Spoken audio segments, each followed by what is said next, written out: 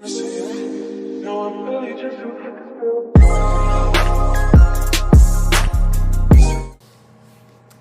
it's Amaya K. Welcome back to Amaya's Take. So for today's video, we will be talking about dating in your 20s. But I won't be by myself talking to y'all. Today, we have a very special guest. Some of y'all may know him from TikTok because he has 1.3 million followers on TikTok. And some of his content that y'all may know him from is from his positivity rant videos or from his how to be a gentleman TikToks. And so all of his stuff will be in the description box down below. And if you haven't guessed him by now, his name is Jolie, the chef, also known as Christian. So buckle up and get ready, and let's get into this quote of the day. So the first thing I want to say is the quote of the day, which is actually from your TikTok, one of your TikToks, and you said marriage itself is codependency. So yeah, so I got that from one of your TikToks to kick it off. So if you would like to elaborate, and my question is, can codependency be a good thing? Absolutely. Okay. It's like, I feel like marriage can be a synonym for codependency. Like you're dependent on another person. So it can be a good thing in a sense of like, if you think of marriage / codependency as teamwork, then yeah, it's a very good thing. You're both like putting your upbringing and your values and everything that's been instilled in you, and you're like two people bringing that together to now move forward with life, potentially start a family, potentially instill that into a brand new life, who's then going to move on to do that with the next generation. So I mean, yeah, I think in a lot of ways codependency is a very it can be a derogatory word because society looks at it like codependency is a bad thing, but like in the sense of marriage and then in the sense of teamwork and building something, codependency can be a good thing. When would you say it turns bad? I would say codependency turns bad when you lose the ability to be independent. So for example, just hypothetically, let's make it me and you, let's make me and you a married couple, right? And then let's say if I didn't have you in my life, I could not live. So if I didn't have you in my life, I don't know how to take care of my bills. I don't know how to wake up on time. I can't get myself to certain places. I can't maneuver and travel as an independent adult human. That's a problem. That's where codependency starts becoming, where I can't operate independently of you, like in the grand scheme of things. Does that make sense? That makes At least that's how I think about it. What do you think? Yeah, that makes perfect sense because I agree wholeheartedly. If you can't function without that other person, then there's something wrong. And that also puts a lot of pressure on that other person to be your everything. Like, you know, because there's like there are different people for different things. And I'm not talking about like, you know, polygamy. I'm just talking about you have space for different people to mean different things to you. Like, you know what I mean? So like not all one person is going to be your like everything. That's what having friends and family is for, you know? Absolutely. So my next question would be, what is your favorite thing about yourself? Like, what is the one thing you love most about yourself? I never thought about that. Hmm.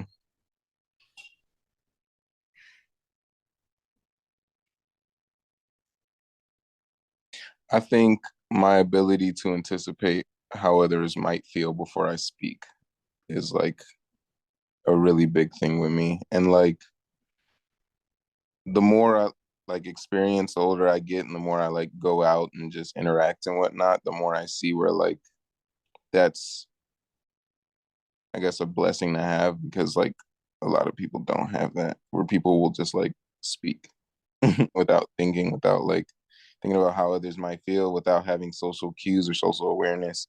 And I feel like my social awareness is a blessing sometimes. Yeah, because like a lot of people will just say whatever is on their mind. And sometimes that may not be the best thing, even though it might be true. You got to still have tact and, like, awareness enough to know I shouldn't say this in that way to that person because that might hurt them, hurt their feelings. So your awareness and your like empathy, that's what it Yeah, sounds like, kind of. So your awareness and your empathy is what you love most about yourself. I And think so. How about yourself? Me, I love that I am a very kind and sweet person. And I used to not like that. And people like would say, "Oh, you're so like, innocent and very like, naive." And now I'm like, what? I don't think that's such a bad thing that I have the capacity to just be genuine and kind to people openly. Um, but as I've gotten older, I've learned to be more wise about the people that I choose to, care about and love, because you can't love everybody so deeply or else you'll get hurt. So I try Yeah. to be wiser about who I choose to spend my time with. Like, you know what I'm saying? So you used to like not like the fact that you were so kind because you felt like certain people would take advantage of that and certain people would use that against you. Yeah. That Yeah. makes sense. Yeah. I would feel very like people would just take my kindness as if I'm weak and as if I'm just like weak, and Hmm. so which I'm not weak. I'm at all. So yeah, but now as I've gotten older, I'm like it's actually kind of like a superpower to my extent, to just be able to be who I am without thinking about what other people are going to think about me. Absolutely. So that I just wanted to like ask you that ahead, because I know a lot of people don't really think about um what is the one thing that they really like about themselves. Yeah, I was about to say I've never really like thought about that. Yeah. Yeah, And a lot of times we're so hard on ourselves and stuff. So I wanted to just put that out there for anybody else. Ask yourself that question too. absolutely. So my first question is, um, what is one word you would use to describe your dating experiences in your 20s? Um, enlightening. Enlightening. Would you Enlightening. like So, to elaborate? um, I've learned a lot from everyone that I've been in so far. I mean, I'm only 25, so like I'm only like halfway through. But so far, like I would say I've learned from everyone, like every relationship I've been in thus far in my 20s. Mhm. As you should. You should definitely learn from every experience.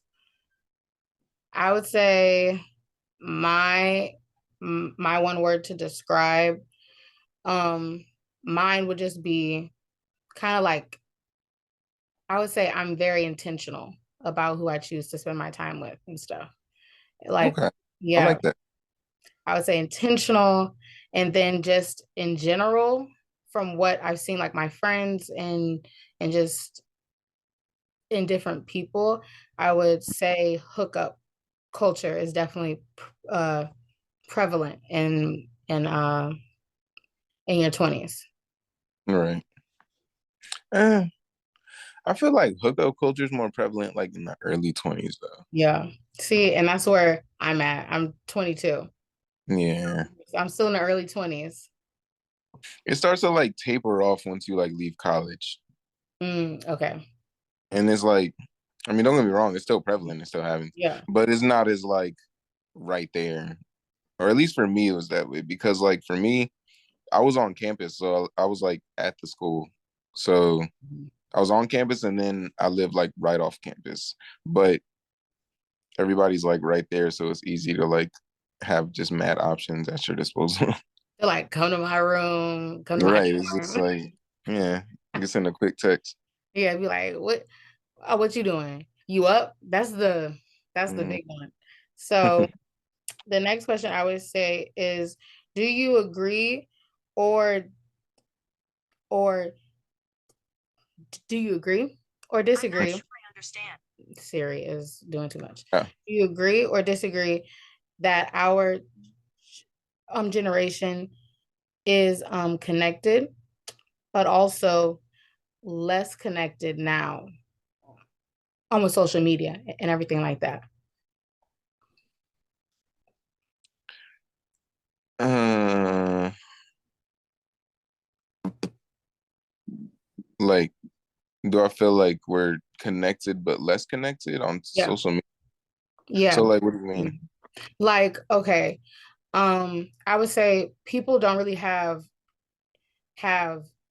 interpersonal skills like Hmm. this. They don't like to talk on the phone. A lot of people Oh, yeah. don't really like to like have conversations outside of Instagram, Twitter, texting. They don't really like to do this like face-to-face phone call and stuff like that. So, and that, Oh, right. Yeah, I feel like that has a lot to do with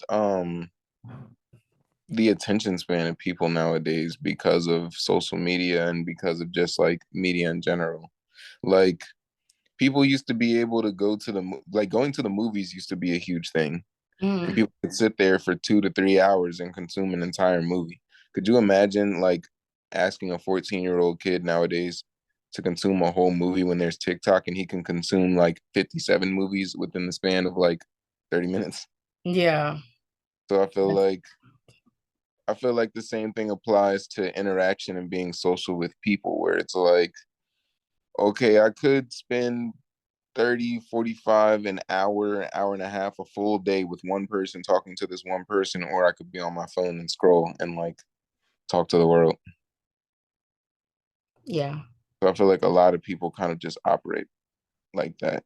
It's not healthy, but Because I'm like, we don't talk to each other anymore. Because even if I'll go out with like friends, I'll notice I'm on my phone. We're all on our phones and we're like supposed to be spending mhm, time with each other, but we're like on the phone at dinner and we're like, what are we doing? So um I have a rule. I'm like, let's put away the phones to actually like talk to each other and catch up, just mhm, to just check in with each other and see what's going on.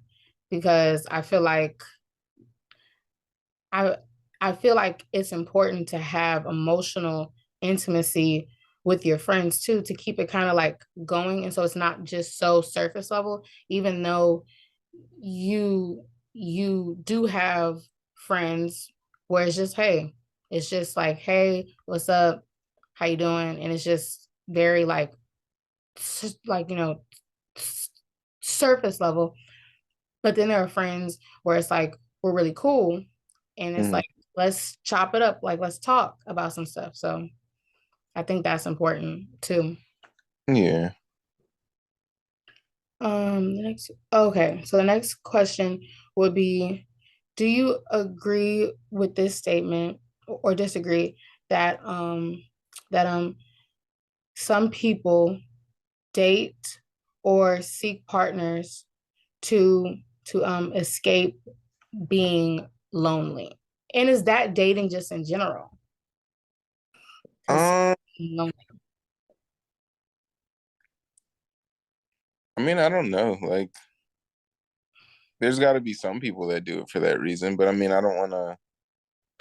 I don't know because I can't like speak on why people date. I Mm-hmm. mean, I would assume, I mean, the ultimate reason is just for companionship at the end of the day, but like, and I guess in that way, like seeking companionship is in a way escaping loneliness, kind of like a glass half full versus glass half empty type of deal. But like, so in that sense, I guess so, but I wouldn't say that's necessarily like the driving force, like for everybody, you know? Yeah. Uh, what is the difference between being alone and then feeling lonely? Because I feel Hmm. like those two things can kind of go hand in hand because it's like the like same word, but it's two different feelings. Because Yeah. because you could be content being, alone per se, but like lonely seems like it's more of a negative connotation. Well, yeah. I feel like being alone is just a state of being. So like you can be alone and be by yourself. However, and that's just like the state of what you are. You're technically by yourself. You're not with anybody right now. However, that doesn't speak on like how you feel emotionally. Mm, So like for example, I'm in this house alone right now. That's cool. But if I were to say I'm in this house feeling lonely, that speaks on how I feel emotionally. And of course that would be a negative feeling, but I feel like that's like the biggest difference between those two. yeah. Um, I was recently having a conversation with with um with a friend of mine, and we were talking about how at times people can want to be in a relationship, but just based off of how it's perceived or what it looks like to like, the rest of the world and not necessarily really think about what it is to be in a like, in a like relationship. And so my question to you would be, have you noticed people maybe like, are romanticizing finding love and being in love and like and kind of having a kind of daydream thought about what it is to be in a relationship and have this perfect, you know, relationship. Wait, so I'm confused. I'm sorry, I got lost. So what's the question? My question is, my question is, um, do you or have you noticed people maybe like romanticizing finding love? Oh, well, yeah. I mean, that's what everybody does though. So Mhm. like that's the whole point. Like, why would I not romanticize finding love? Like, Mhm. I wouldn't imagine like the love of my life or true love is anything more than like something fantastic and like majestic and like magical and all those Mhm. Disney words that you might think of. So like I think yeah, but I think that's what's like that's natural because why wouldn't I romanticize like finding the love of my life, you know? Yeah. Because it's like that's the end goal. And then with that, you would imagine happiness, you would imagine growth, you would imagine like I said, all those nice words. So I think we do, but I think like it's natural. I think it's natural, but it can also be to kind of like a detriment because then we can put people in a box to only be that version of what you dream of them being, and you haven't even met the person yet. And then you can kind of be like, well, I didn't really sign up for this. I signed up for the fairy tale, not the reality of it. Because the the um the a reality is things go up and down, and I feel like we pay a lot of attention to the like butterfly magical feeling, but that may not always be there. You know what I'm saying? So so just to clarify, you're saying like people aren't willing to put in the work when things get rough in their relationship? Like, is that Yeah, what you're kind of yeah, speaking on? yeah. And that, Okay, gotcha. like when they Um, stay stuck in that feeling. oh, so you're saying like people go into a new relationship into like the fairy tale honeymoon stage, and then Yeah. when that wears off, they're not willing to like put in the work to maintain the relationship because the honeymoon stage has worn Mm-hmm. off. Oh Mm-hmm. yeah, definitely relationships like that. Mm-hmm. Yeah. Um, and in that sense, that's not healthy, but That's not healthy at all to like to just be like, this is not what I signed up for. Because our relationship in itself is going to be up and down anyways. It's going to have its like great times, it's going to have its like not so great times, but it just matters how y'all kind of like get through it. right. That's what is the biggest thing. So my question is, um do safety and trust go hand in hand? So in order to feel safe, do you have to trust that person or even trust yourself enough in that? Because I had thought about safety and trust, and the only way for like me it would be is that to feel safe in something, I have to trust that that person is gonna do right by me.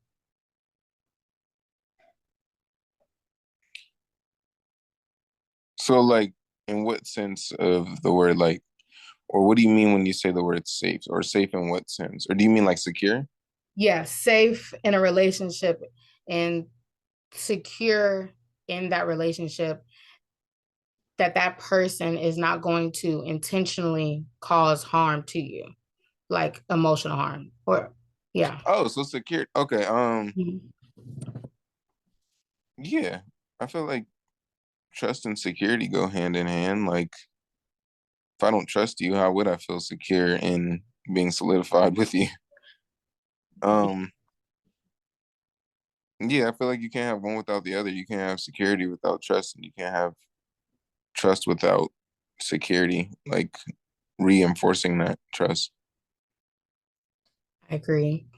um so another question I have is, are are like relationships in itself safe? The idea of getting into one, is it safe? No. Not You're at like, all. What do you no, mean? Not at all. it's a Um, risk. Yeah. yeah, it's like it's a gamble. It's the gamble. You're literally like putting your trust in another human that isn't you, that has another mind outside of yours, that doesn't think the same as you, that thinks other thoughts outside of you. And you have to trust that all that person's thoughts align with yours. That's a huge gamble and a huge risk. Love is an extremely illogical concept. So like it's not like if you think about love from a logical standpoint, it doesn't make sense at all. You're gonna sit there and like you know yourself, you trust yourself, and you're gonna put all that and just like allow another person to have a go at that. No, that doesn't make any sense. So knowing that you have to go into it like fully illogical and so no, I would not say that like it's safe. I would say it's a huge gamble and it's a huge risk, but like the reward it's love itself, you know. Yeah, yeah. That's the like ultimate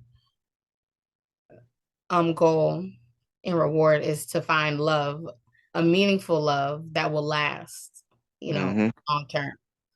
So, my question that kind of goes with this is, do you believe in soulmates? No. You want to elaborate? Sure. Mm-hmm. So for soulmates, like the idea that I know behind soulmates is that it's you and another person on this earth that are tied together and meant for each other. Okay. From a Christian standpoint, I believe in soulmates. From a Mm-hmm. logical standpoint, I don't believe in soulmates, if that makes sense. So from a Christian standpoint, I believe that everything happens the way it's supposed to happen. So I believe that the person you end up with, the person you end up marrying and staying with for the rest of your life, is a person that the Lord intended for you to, because I feel like the Lord has a plan. But from a logical standpoint, I feel like you can make things work if you put in the work with multiple different people. So there's not like, I feel like if I were to date such and such and I was to have the wherewithal and the willpower and I just had it in me to put in that work to make it work with that person and make that person my one, then I could make that person my soulmate. I could do the same with you. I could do the same with anyone else I date. I could like, so you could make a person your soulmate. However, I do feel like there's a person that the Lord does have intended for you. I believe that too. I believe that ultimately there's somebody out there for everybody. It's just Yeah. a matter of like finding that person or y'all two coming in contact with one another. I do believe that, which is so crazy and wild to think about that it's like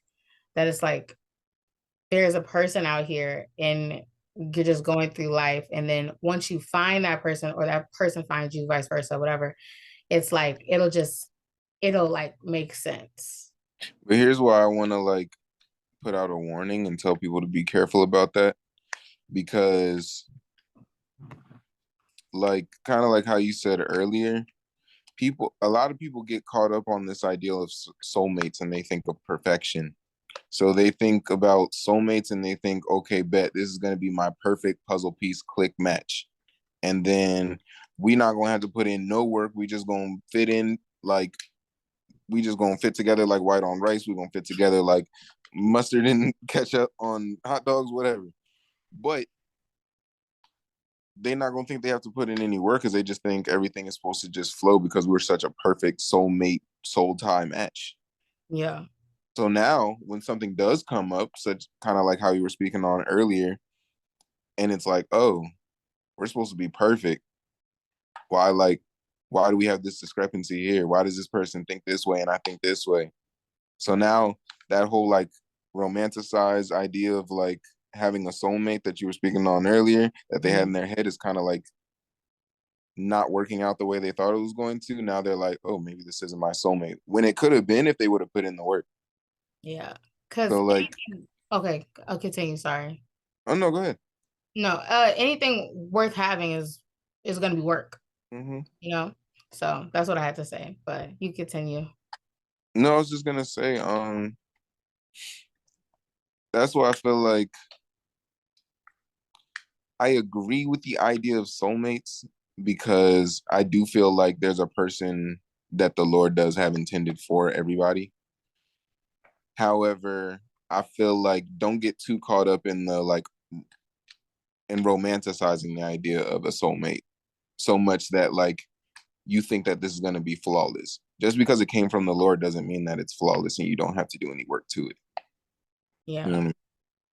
Because that's just like with like people, I'm to speak on like, a Christian standpoint, we're all like very good beings. Like, in the Bible it says that. But we're not without flaws. That doesn't Right. mean that, and we're constantly working to get better and be better. So it's the same in relationships. Mm-hmm.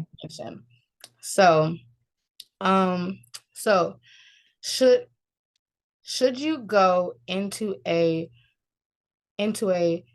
relationship with expectations? Why or why not? Yeah. Um. Yeah. um. You should go into a relationship with expectation, standards, and boundaries. Why? Because without that, you have zero guidelines, you have zero rules. Mhm. So if I go into this relationship and I don't expect nothing out of you, then you could just be whatever. there's no standard for you to live up to. There's nothing. If I go into it with no boundaries, you could do whatever, and I can't say nothing because I never set any boundaries. I never set any expectations of you. So like I feel like that's at that point we're just openly dating. We're Mm. not really like trying to move forward as a committed like relationship without boundaries, expectations, and standards. Yeah, because that's important. Because if you don't have that, and then you try to like move as a unit, and there's no clear cut, Mm, like what is the expectation, what is the end goal, what is the purpose of this, then it leaves for like room for people to get hurt on both sides. yes, ma'am. Yeah, I'm like that. That is like we have to like talk about it and communicate those things in order for it to even be a thing. And I know it's like uncomfortable to talk about those things, but you have to have the uncomfortable conversation, you know? Mm-hmm. So this question came from when you asked it to me earlier on. You Today said or the other? the other time that we got on here, Okay. it was about we had talked about it and um it was about um is it ever too late for love? Oh, right. Okay. Yeah. And then the second part of the question was, is it better to have loved and lost or to never love at all? Right. Yeah, so my question, the first one is um is love enough? Or no, not is love enough. Is it too late to find love, or when is it too late? Or It's is it ever never too late to find love. Like, yeah, it's never too late. It's never too late to do anything. Well, but like, it's never too late to find love. I mean, kind of like I was saying, I think what I was saying the last time about it, like, it's never too late to do anything necessarily. However, like, the longer you wait, the less you get to enjoy it, the less you get to master it. yeah. Like, for example, if I start martial arts as a 14-year-old and I train up through my 30s, by the time I'm 40, I'm going to be a master at whatever martial art I've been training at. However, if I go throughout my childhood and then I go throughout my 20s, and then at 35, I decide, hey, I think I'm going to pick up Taekwondo at 40. Do you think I can call myself a master at that? So, Mm-mm. like, not to say that at 50, 60, I can't be a master at it. However, like, that's just less time I get to enjoy being a master at my craft and like doing what I do. Yeah. So I feel the same thing applies to love and marriage and relationships. Um, it's never too late to find love. It's never too late to get in a relationship, get married, find the person that was intended for you. However, I mean, if that's something you want to do and you want to spend your time with another person and build and like have a partnership with somebody, it would behoove you to get on that and master being Mm. codependent with that person. Yeah. And to like prepare yourself to like to be what you like want to be. So like, for all my like, girls out there, prepare yourself to be a wife.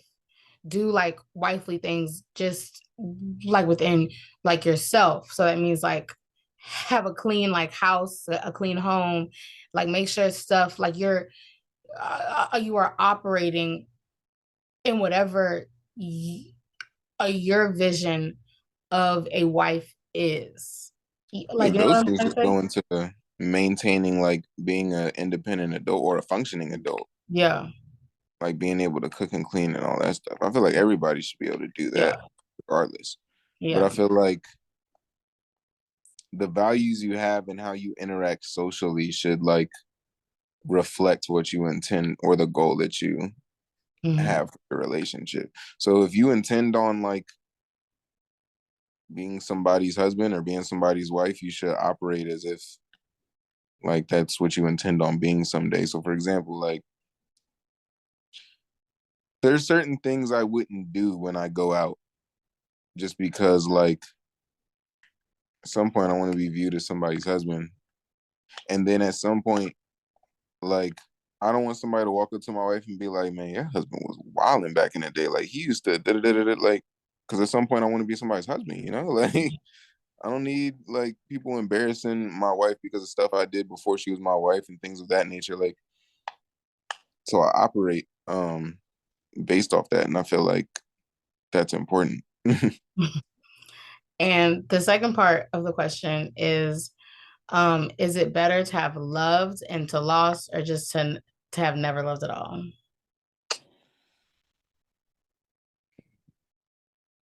I don't even know. Now that's your question. You I you know. asked me that. It's your question. Better have loved and lost than never have loved at all. Like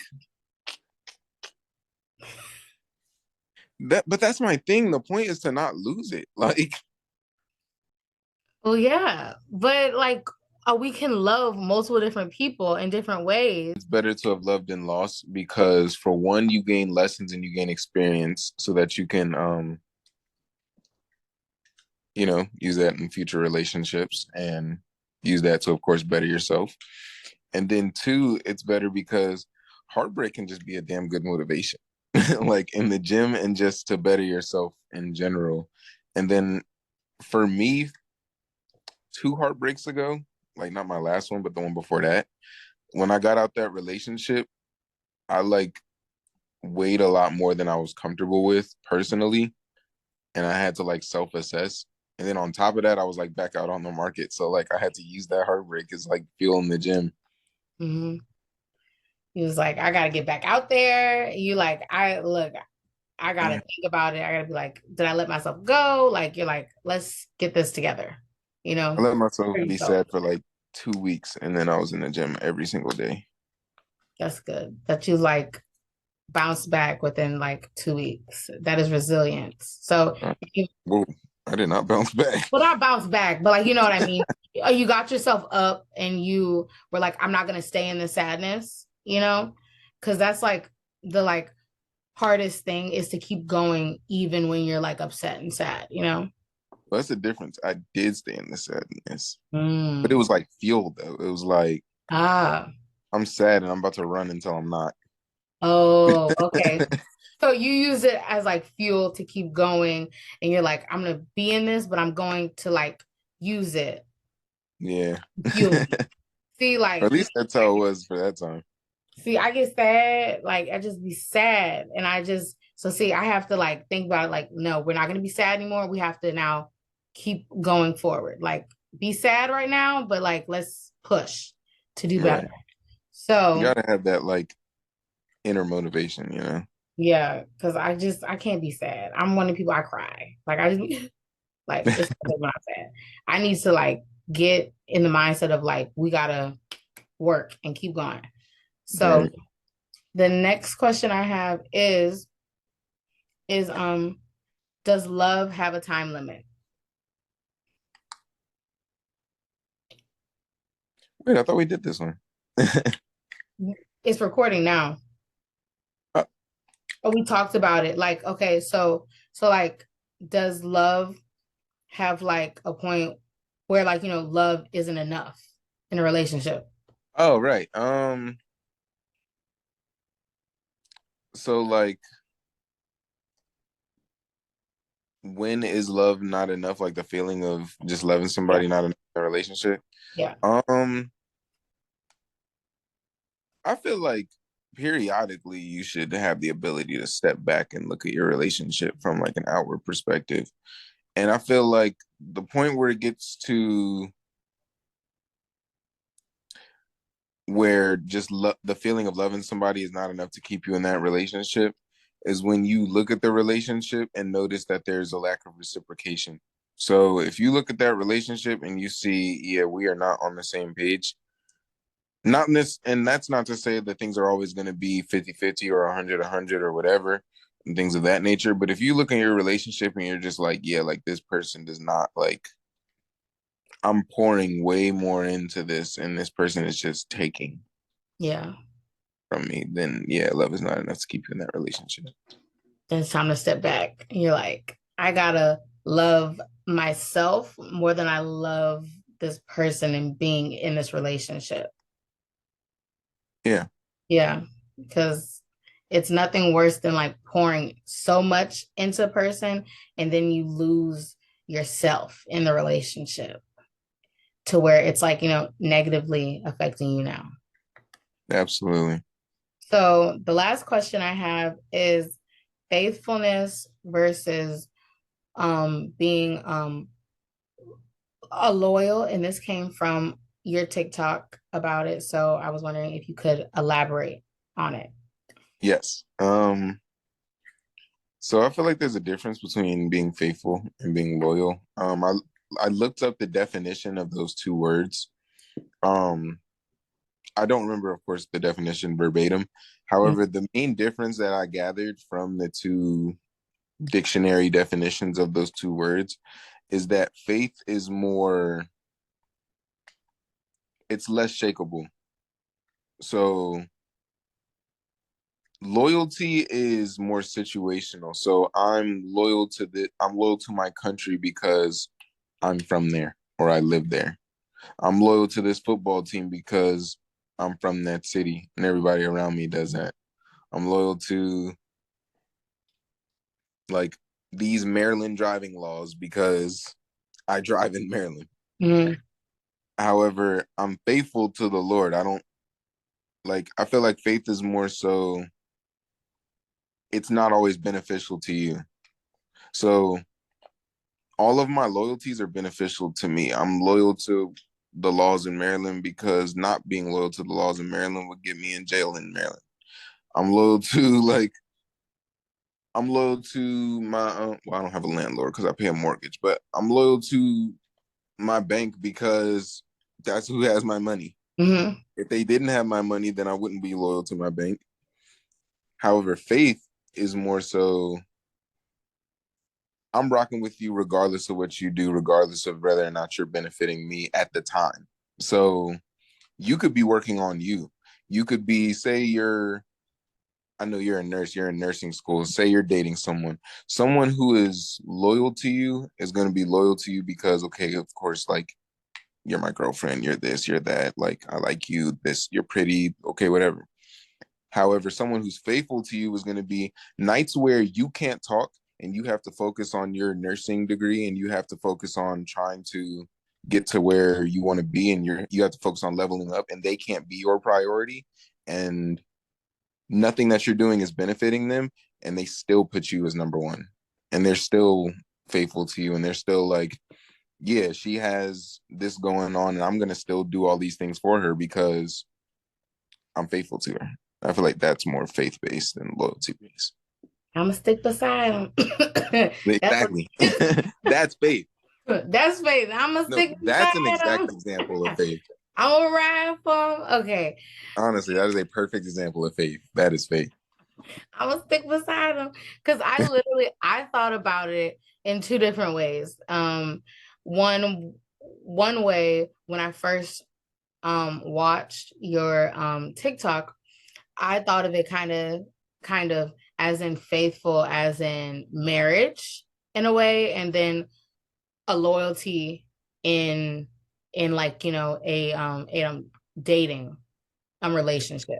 So I kind of was like you can be faithful in a marriage and you can be loyal in a dating relationship. And then the second way I kind of thought of it while you were just talking was oh my god, I lost it. I think I lost it. But it was just lost it. But hopefully it'll come back to me, but if not. I do Um have a question about what you just said. yeah. So you said the difference for you is like in dating is more loyalty based, and then marriage is where you're like faithful to your spouse and things of that nature. For you, what would you say the difference between those two? So like being loyal to your boyfriend or your girlfriend or your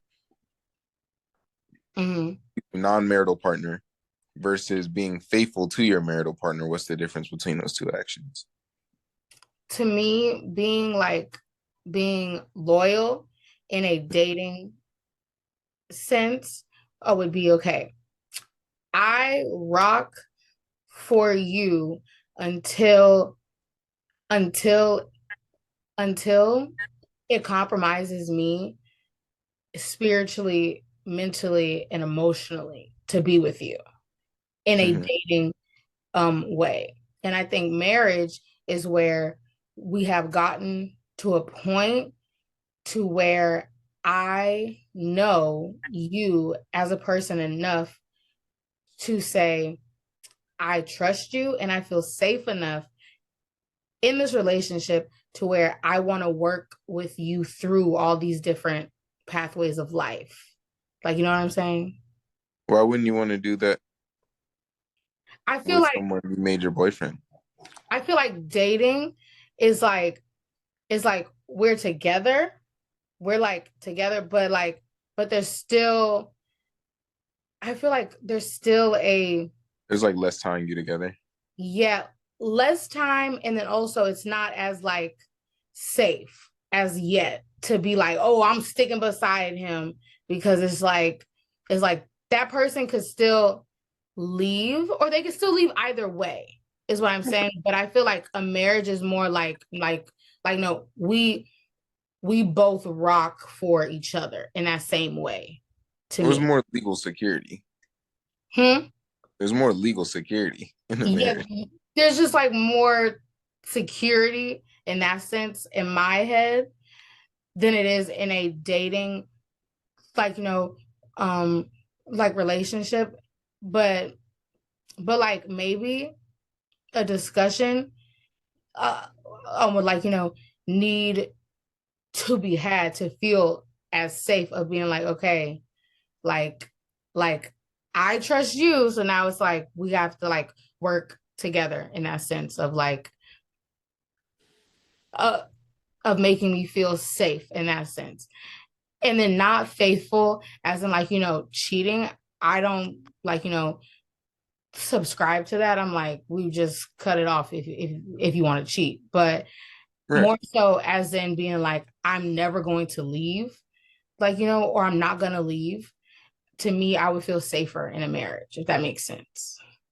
Well, yeah, that makes sense. Yeah, like, I just would personally, like, emotionally, spiritually, I just would feel safer in a marriage, even though it could go sideways in either part. Either way, it could go sideways. But that's the risk of being in love. Like, it could work and then it could not. But we don't think about like being like, we're we're not saying, okay, it's not gonna work. We're like going to focus on it working out and trying to work it out for it to work in that sense. Right. Yeah. So thank you so much for being here and doing Oh, wait, this. that was the last question? Yeah, that was the last Oh. question. uh like, do you have anything else that you would want to add to like dating in your 20s to wrap everything up? um, yeah, be careful out there. Be careful out there in the streets. Yeah, please be careful out there. It's a crazy world we live in. So make sure that you all are safe.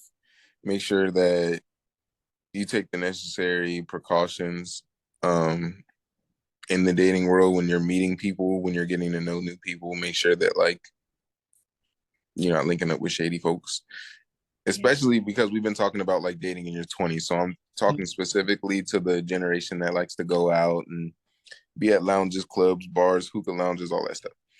Like, please be safe out there Be safe out there in the and streets. patient.